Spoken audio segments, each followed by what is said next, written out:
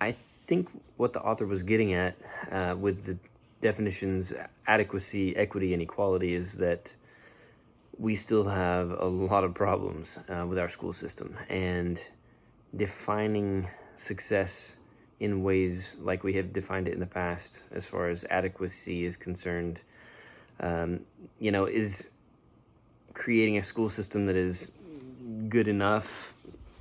Good enough? I don't think so. And so I appreciated the author's treatment of these words to add some depth and some different shades of meaning to them. So for equity, like piecing together the adequacy and the equality, and creating a different definition that factors in like social aspects and educational aspects, performance aspects, and things like that. I think that was really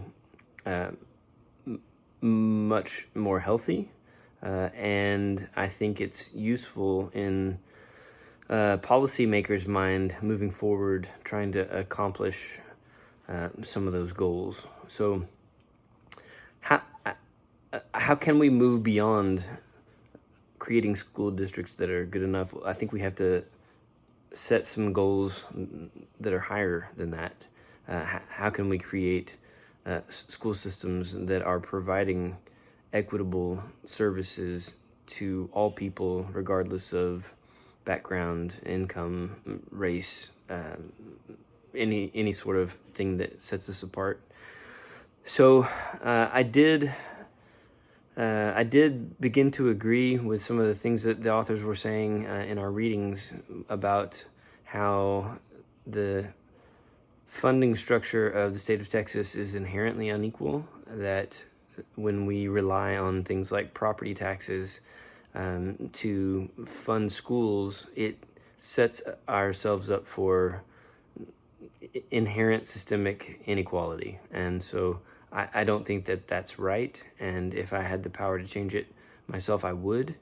And so for us as leaders of schools, working within a system that is inherently, in my opinion, unfair, what is the next step for us? Well, that brings me to the next question, number 2, which is like, for our district, I work in a charter school, and our funding isn't based on property taxes. Our funding is based solely on ADA, having students in attendance in seats and regularly. So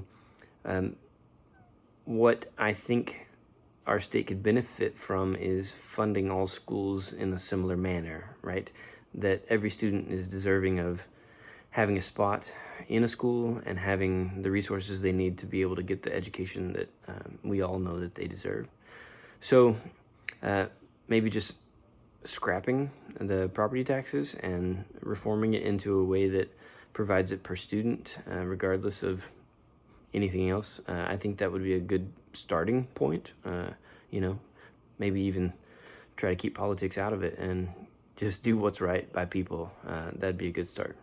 So for us in our district, some of the things that are, issues is we're limited in some of the same ways that I've heard other schools limited in as far as budget is concerned. We don't all have access to every resource that we would like. Some of the things that we ask for as teachers, we get in smaller numbers or in varying shades of quality that's not exactly, our first priority of what we asked for.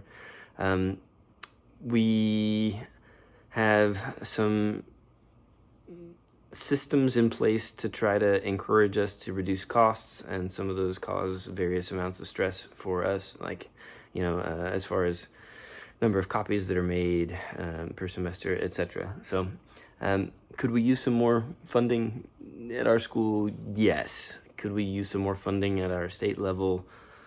Yes. I have seen some writing recently that the state is working on changing some things, and I think actually has changed some things for those that are currently retired, bumping up some of that stuff, which I think is right and good.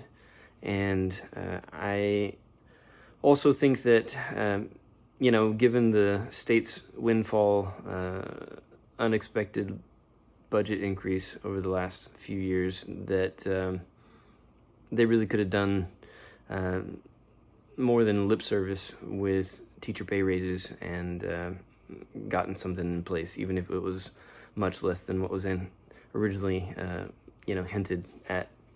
So that's my take, and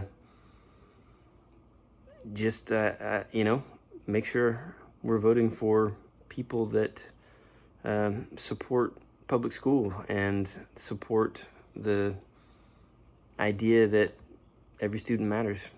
Cheers.